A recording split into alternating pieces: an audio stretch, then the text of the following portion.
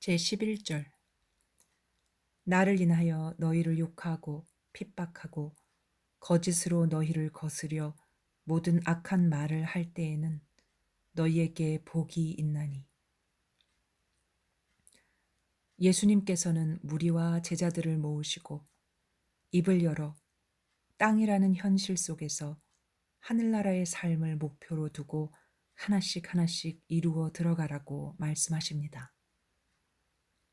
그 중에서 3절에서 10절까지는 무리들에게 전하시는 최종적 메시지라고 할 수 있으며 11절부터 12절까지의 이룸에서 더 나아가 제자들이 궁극적으로 입어야 하는 그리스도화에 대한 것을 말씀해 주시고 계시는 것입니다. 요약하자면 다음과 같습니다. 3절에서는 심령이 가난하라고 말씀하시고 그 결과는 천국이 저희 것이라고 말씀하셨습니다. 4절에서는 애통하는 것을 가르쳐 주셨으며 그 결과로 오는 복은 위로를 받는 것이라고 알려주셨으며 5절에서는 온유한 자가 되면 그 결과로 하늘나라를 유업으로 받을 수 있는 땅의 기업을 얻을 수 있다고 말씀하셨고 6절에서는 의에 줄이고 목말라 하라고 말씀하시면서 그 결과는 의로 배부르는 복을 받을 것이라고 말씀하셨습니다.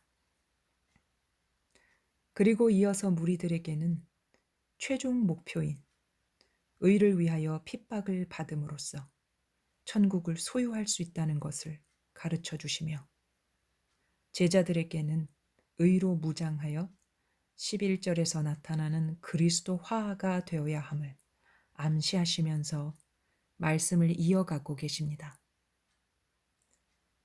이제는 평범하게 의를 위하여 핍박을 받는 것뿐 아니라 그리스도를 인하여 핍박을 받는 제자들의 삶으로 인도를 하고 계신데 이러한 핍박은 하나님의 선한 후광을 따라 자신의 개체의 권리 영광을 위하여 핍박을 받는 것이며 예수 그리스도를 위하여 핍박당하는 현실은 예수 그리스도의 영광의 후사로서 참여할 수 있는 하늘의 최고 영광의 기회를 부여받는 것입니다. 그리스도를 인하여 욕이든 핍박이든 거짓으로 거스림을 당하는 일이건 당하려면 반드시 그리스도의 전 신격과 전 인격의 모양을 닮아야 가능합니다. 그리스도의 신격과 인격이 배어지지 않은 상태에서는 그리스도를 인하여 욕이나 핍박이나 거짓으로 거스림을 당하는 일은 없을 것입니다. 설령 의를 위한 핍박은 있을 수 있지만 말이죠. 그러므로 무리들은 이 말씀을 듣고 흩어졌지만 제자들은 예수님께서 3년 동안 데리고 다니시면서 예수 그리스도의 정신과 품격을 덧입는 작업을 철저하게 하신 것입니다. 예수 그리스도를 인하여 고난을 당할 만한 대리인으로서 양성하시는 것이지요. 예수님을 위해서 산다, 예수님 때문에 산다 라는 말은 쉽게 할 수 있지만 실상 작은 예수가 되지 않고서 예수님을 위해서 산다는 것은 스스로 속이는 결과를 낳게 되는 것입니다. 의롭게 산다는 것과 예수님을 위해 산다는 것의 차이를 마태복음 5장 10절, 11절에서 예수님은 잘 구분하여 말씀하고 계십니다. 마태복음 5장 3절에서 10절까지는 의의 완성의 팔복을 가르쳐 주셨으며 11절에 이르러 비로소 9번째 복을 말씀하시는 것입니다. 하나님의 선한 후광을 받은 의의 개체 권리의 영광은 천국을 소유하는 영생의 복이며 11절에서 나타나는 복은 하나님의 본체에 나타나신 바 된 성자 하나님과 합일된 후사의 자격을 얻는 영광스러운 복인 것입니다. 무리들에게는 해당되지 않는 말씀이며 혹 된다 하더라도 찾아내기 매우 힘이 든 부분이지요. 예수님의 제자들 중에서는 가룟 유다만 제하고는 모두 다 11절 말씀에서 제시하시는 영광에 합일되는 자들입니다. 나 예수 그리스도를 인하여 살려면 철저히 나 예수 그리스도가 되어야 하는 것입니다. 곧 예수 그리스도의 정신과 인격과 행위를 온전히 닮아야 한다는 것입니다. 예수님의 일도 마찬가지입니다. 예수님의 일은 예수님이 하시는 것입니다. 그것은 예수님의 일을 흉내내는 사람들을 통하여 행하여지는 것이 아니라 작은 성자로서의 예수님이 된 자들을 통하여 예수님의 일은 진행된다는 의미입니다. 마태복음 5장 3절 말씀부터 10절에 있는 말씀의 단계를 짚어 올라오게 되면 11절에 있는 말씀을 강력하게 요구를 받게 됩니다. 그러한 사람들은 무리든 제자든 하나님께로부터 오는 예수 그리스도의 신격과 사람으로부터 온 인격, 양격을 하나씩 만들어가야 하는 것입니다.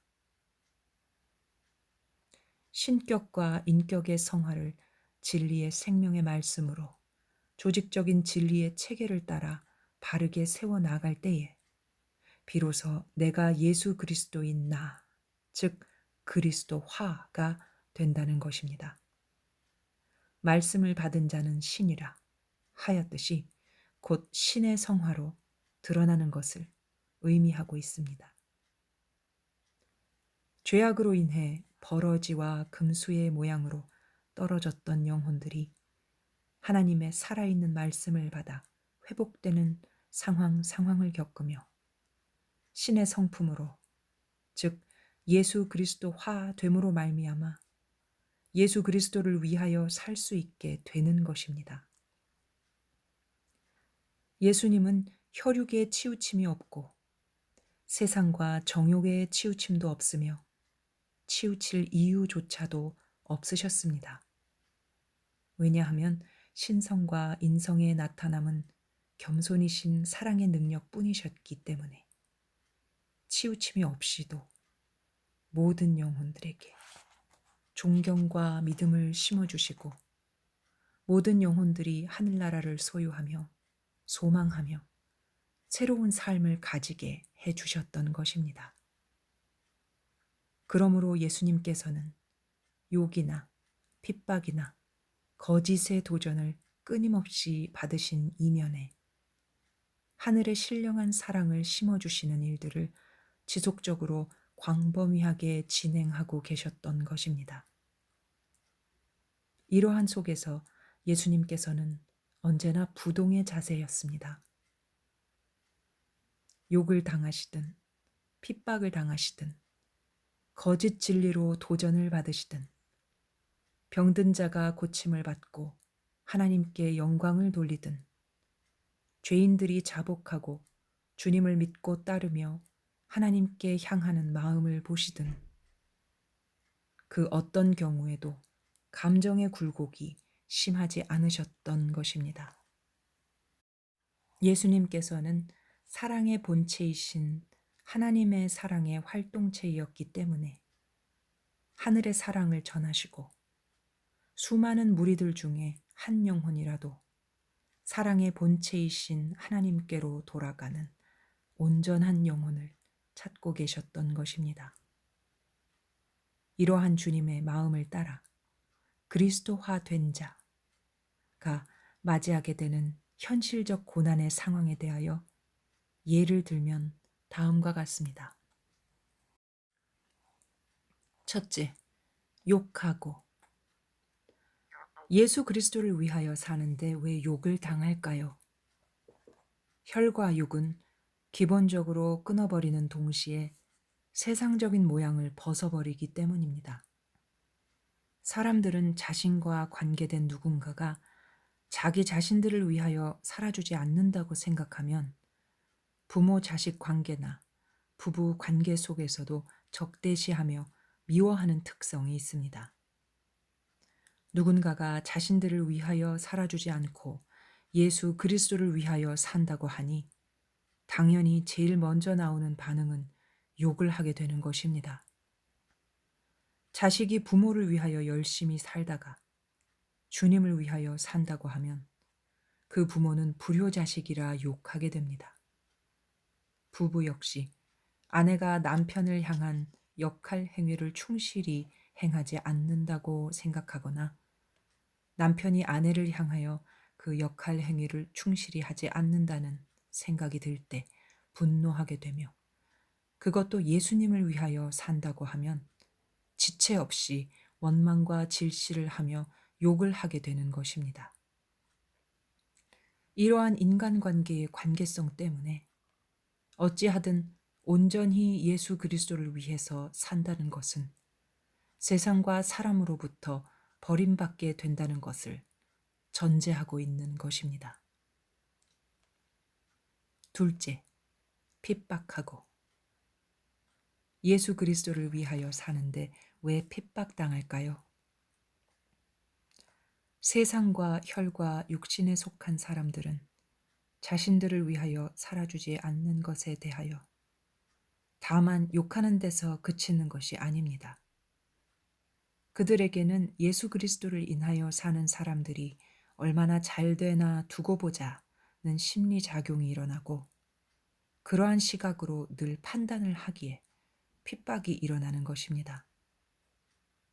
또한 신앙인이라는 미명 하에서도 하늘의 위로함을 받지 못하는 사람들과 틀 속에 가두어진 자들은 작은 예수화되어 예수 그리스도를 인하여 사는 사람들의 삶이 기존의 형식에 맞지 않다느니 일반적이고 보편적이지 않다느니 하는 이유로 자신들의 교리나 사상에 견주어 핍박하게 됩니다. 이것은 현실 속 안전제일주의와 진리를 깨우치지 못한 자들의 좁은 공감대 형성 속에서 나온 행태인데 그들은 그들이 이루고 행해야 할 과제의 두려움 앞에서 또 자신들이 더욱 사수하고픈 이 생의 안락을 위해서 그들 자신의 율법을 통해 살인적인 폭력을 행사하는 것입니다. 그러나 이러한 핍박들을 감사하며 받아들일 줄 아는 자가 곧 예수 그리스도를 위하여 살 수 있는 신인격으로 만들어진 자라고 할 수 있는 것입니다. 셋째, 거짓으로 거스림의 말을 할 때 예수 그리스도를 인하여 사는데 왜 거짓으로 거스림의 말들을 할까요? 혈과 육을 위해 사는 사람들이 자신들이 하는 것처럼 평범하게 살아주지 않기 때문에 핍박을 하게 되고 그 핍박이 주님만을 위하여 살아가는 삶에 아무런 영향력을 미치지 못하는 것을 볼 때 비진리의 말들을 교묘하게 만들어 진리보다 더 옳은 것처럼 공격해오는 현상입니다. 땅에서 사는 삶은 제한적인 삶입니다.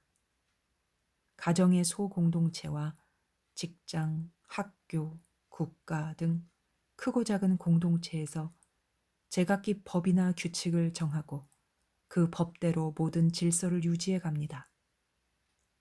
그리고 그 공동체 내의 구성원들은 누구 하나라도 이러한 규칙과 질서에서의 일탈된 모습을 보면 일단 쉽게 적대시하는 마음을 가지게 됩니다. 그러나 이처럼 구성원들이 제정한 규칙이나 법제도 역시 시대에 따라 항상 변모하여 온 것이고 모순을 내포하여 오기 마련입니다. 이것은 결코 규칙이나 법을 무시하거나 무가치하다고 말하는 것은 아니지만 진리의 실현이라는 탁월성이나 초월성이 쉽게 일반적 법체계 내에 속박당하는 무지한 현실에 대하여 언급하고자 하는 것입니다. 때때로 이것은 종교 공동체 내에서 보다 엄격하고 가학적이어서 일반적인 사회법에서 인정되는 것이 종교 법의 테두리 안에서는 결코 용납되지 않는 경우들이 많습니다. 본디오 빌라도는 예수께서 죄가 없다고 인정을 하였는데도 종교 공동체에서는 끝내 십자가에 못 박았던 것도 그 일례라고 할 수 있는 것입니다. 오늘날에도 신앙인이라고는 할 수 없는, 아니 신앙인이 아닌 종교 집단들은 예수 그리스도를 현실 속에서 수없이 십자가에 못 박아 놓고도 그들의 종교성으로 위장한 채 외식적인 표현을 하고 있습니다. 이러한 습성들은 교묘한 말을 만들어 진실로 예수 그리스도를 위하여 살고자 하는 사람들을 잘도 핍박합니다. 잠시 후 백보좌 심판대 앞에서 모든 것이 드러날 텐데 말입니다. 이러한 내용 때문에 욕을 당하고 핍박을 당하고 거짓으로 거스림을 받는 상황일 때에는 참으로 세상에서 소외되고 버려진 자 같을지라도 복이 있는 것입니다. 홀로 선 죄인 같은 모양이 되었다 하여도 예수 그리스도를 위하여 당하는 것들이기 때문에 복이 있는 것입니다. 마태복음 5장의 3절부터 차례대로 천국의 계단을 밟아온 사람은 그 자신이 의를 위하여 핍박받는 과정을 통해 그리스도화되어진 모습으로 나타나게 되며 이 상황에서의 모든 핍박은 바로 영광스러운 과정이라고 할 수 있습니다. 오직 예수 그리스도의 십자가를 자랑하다가 세상으로부터 십자가에 못 박히는 것은 동시에 내가 세상을 십자가에 못 박는 일이기도 합니다. 즉, 예수 그리스도를 인한 온전한 승리의 삶을 사는 것이지요. 이룸의 과정이 없이 말과 형식으로만 예수 그리스도를 위하여 사는 것이 아니라 하늘로부터 부르심과 택하심을 입어 작은 그리스도화가 되어, 즉 그리스도의 신인격화가 되어 진정으로 그리스도를 위하여 살아가고 있는 모습이 되어야 하는 것입니다. 그러므로 예수 그리스도 안에서 흠도 점도 없는 모습으로 훈련되어 율법적이고 외식적인 모습이 아니라 오직 예수 그리스도의 작은 분신으로 겸손히 바탕된 하늘 사랑을 전할 때 복이 있다고 말씀하십니다. 오 주여, 그리스도 사랑 안에서 작은 그리스도가 되기 원하나이다. 아멘. 제12절. 기뻐하고 즐거워하라. 하늘에서 너희의 상이 큼이라. 너희 전에 있던 선지자들을 이같이 핍박하였느니라. 예수님을 인하여 욕과 핍박과 거짓으로 거스림을 당할 때에 기뻐하고 즐거워하라고 말씀하십니다. 기뻐할 이유는 대단히 분명합니다. 죄악으로 말미암아 금수와 버러지의 형상으로 떨어졌던 영혼이 예수 그리스도의 신인격체로 드러났다라는 의미이기 때문인 것입니다. 율법과 상식이나 교리로 자신을 위장한 채 예수 그리스도를 앞세워 과시적이고 권위적이고 감정에 치우쳐서 기뻐함이 아니라 예수 그리스도의 거룩하심이 배어져 그리스도가 받은 그 고난의 줄을 따라오는 고난을 받으면 곧 그리스도를 위하여 사는 것이 되며 하나님의 거룩하신 신성의 세계에 참여하는 일원이 되는 것이기에 기뻐하라고 주님께서 말씀하고 계신 것입니다. 날마다 예수 그리스도를 위하여 사는 삶이란 밖으로는 죄악 속에서 고통받고 있는 많은 사람들의 영혼을 건지는 것이며 그 영혼의 죄를 담당하여 새롭게 변화시켜 온전한 그리스도의 삶을 살아가도록 하는 것입니다. 안으로는 자신을 돌아보아 예수님의 신성의 온전하심을 입어 이 땅에서는 온전한 인격체로 하늘에서는 또 온전한 신격체로 날마다 드러나는 것을 보며 기뻐하는 삶입니다. 본절에서 또 즐거워하라고 하십니다. 예수 그리스도로 신인격의 변화가 되며 영혼들의 죄를 담당하여 핍박도 겸하여 받는 중에 예수님께서는 즐거워하라고 말씀하십니다. 그 이유는 하늘에서 상이 크기 때문입니다. 예수님께서는 기뻐하고 즐거워할 이유가 이 땅에 있는 것이 아니라 하늘에 있다고 밝히 알려주고 계십니다. 예수 그리스도를 위하여 고난받는 결과는 땅에서 나타나는 것이 아니라는 것을 밝히 알려주시면서 땅에서 기뻐하고 즐거워할 일을 찾는다면 그것은 예수 그리스도를 위하여 산다고 하지만 실상은 자기 자신을 위하여 살아간다는 것을 말씀해 주고 계십니다. 예수 그리스도를 인하여 사는 삶은 이 땅에서는 핍박이지만 또 한편 하늘의 소망을 바라보고 기뻐하고 즐거워하는 것입니다. 하늘나라에서 영생을 얻고 예수 그리스도와 함께 후사가 되는 영광의 소망을 두고 이 땅에서는 예수 그리스도 안에서 하나님 쓰시기에 훌륭한 도구들이 되어야만 할 것입니다. 만일 예수 그리스도를 위하여 산다고 하고 보이는 현실의 이것저것을 가지고 기뻐하고 즐거워한다면 예수 그리스도를 위하여 사는 것이 아니라 예수 그리스도를 빙자하여 세상을 누리는 것입니다. 내 것은 아무것도 없다 하며 다 주님 것이라고 말하면서 땅의 것을 가지고 기뻐하고 즐거워하는 모습들 역시 스스로 속이는 일인 것입니다. 예수 그리스도를 위하여 사는 삶은 예수 안에서 새 생명으로 찾은 목숨을 죄악 속에 잠겨있는 영혼들을 위하여 모두 내어주고 그 결과로 핍박을 받는 것입니다.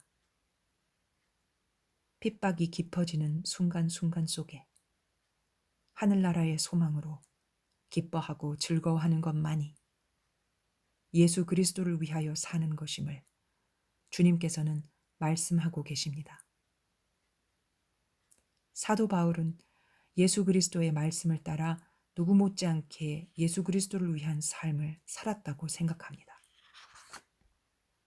기록된 바 우리가 종일 주를 위하여 죽임을 당케 되며 도살할 양과 같이 여김을 받았나이다 함과 같으니라.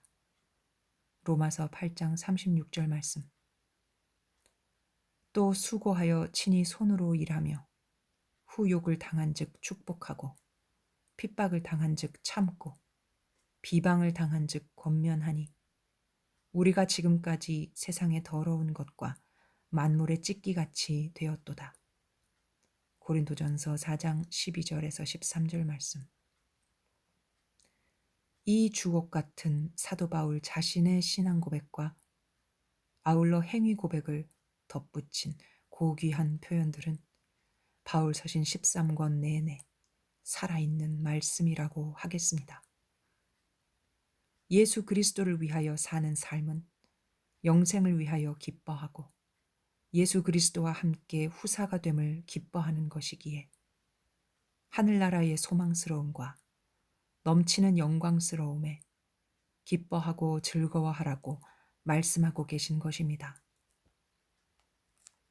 우리가 소망으로 구원을 얻었음에 보이는 소망이 소망이 아니니 보는 것을 누가 바라리요. 로마서 8장 24절 말씀. 사도 바울의 이 온전한 믿음과 행위와 예수 그리스도의 말씀을 따른 소망을 깊이 느끼며 깨우쳐야 할 것입니다. 어디 이뿐입니까? 예수님께서는 예수님 당시에 제자들만 핍박을 당하는 것이 아니라 구약의 선지자들도 핍박을 동일하게 받았다고 말씀하시면서 구약의 선지자들이 하나님의 도구된 자로서의 행위와 핍박의 상황을 겪는 모습, 영광스럽게 하나님을 배울 수 있었던 배경들을 실례로 들어 깨우쳐 묵상하게 하십니다. 선지자 엘리야는 우상 숭배자들 앞에서 하나님의 능력을 보인 후에 총리 대신이나 대접받는 사람이 된 것이 아니라 목숨도 부지하기에 급급하여 도망자의 모양을 할 수밖에 없었습니다.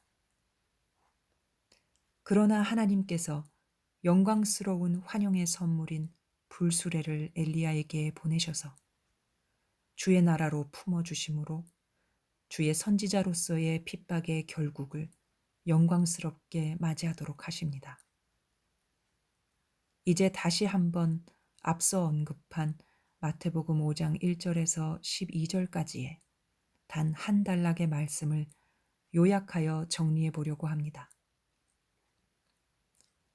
예수님께서는 죄악으로 인하여 에덴 동산을 어지럽게 한 아담과 하와의 후손인 인류의 영혼들을 구원하러 오셨으며 하나님의 능력을 빌어 각색 병으로 고통받는 자들을 고쳐주시며 하늘나라의 후사로 세울 수 있는 제자들을 선택하시고 체계적이며 조직적이고 성경 전체의 핵심적 줄거리이자 결론이라고 할 수 있는 말씀들을 하여 주셨습니다.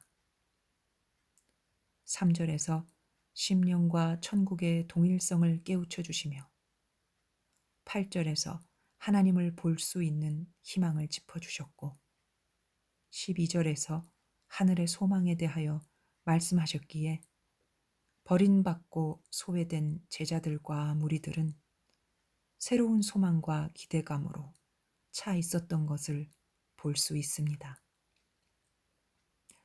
예수님께서는 말씀만 하시고 돌아선 것이 아니라 제자들이 말씀을 따라 배워져 적용할 수 있도록 3년 동안 함께 하시며 알려주신 것입니다. 1절에서 12절까지의 한 단락 속에 심령의 천국을 찾아 들어가는 혹은 하나님의 부분체가 죄악으로 인하여 버러지와 금수로 떨어졌다가 신의 영광에 참여할 수 있게 하는 원칙적이고도 과정적이며 결론적인 말씀을 요약 함축하여 주고 계십니다.